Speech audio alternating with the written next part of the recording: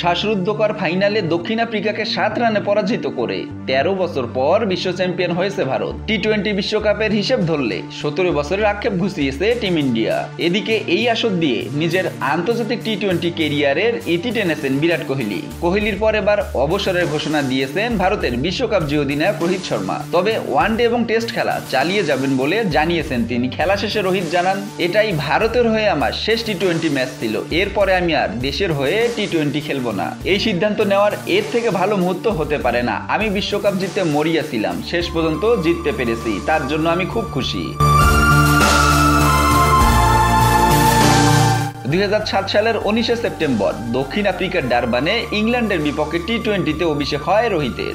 এর মাঝে কেটে গেছে 17 বছর। এ সময়ের মধ্যে তিনি আন্তর্জাতিক টি-20তে ম্যাচ খেলেছেন 159টি, 140 স্ট্রাইক রেটে করেছেন 4231 রান, যেখানে রয়েছে 5টি শতক এবং 32টি অর্ধশতক।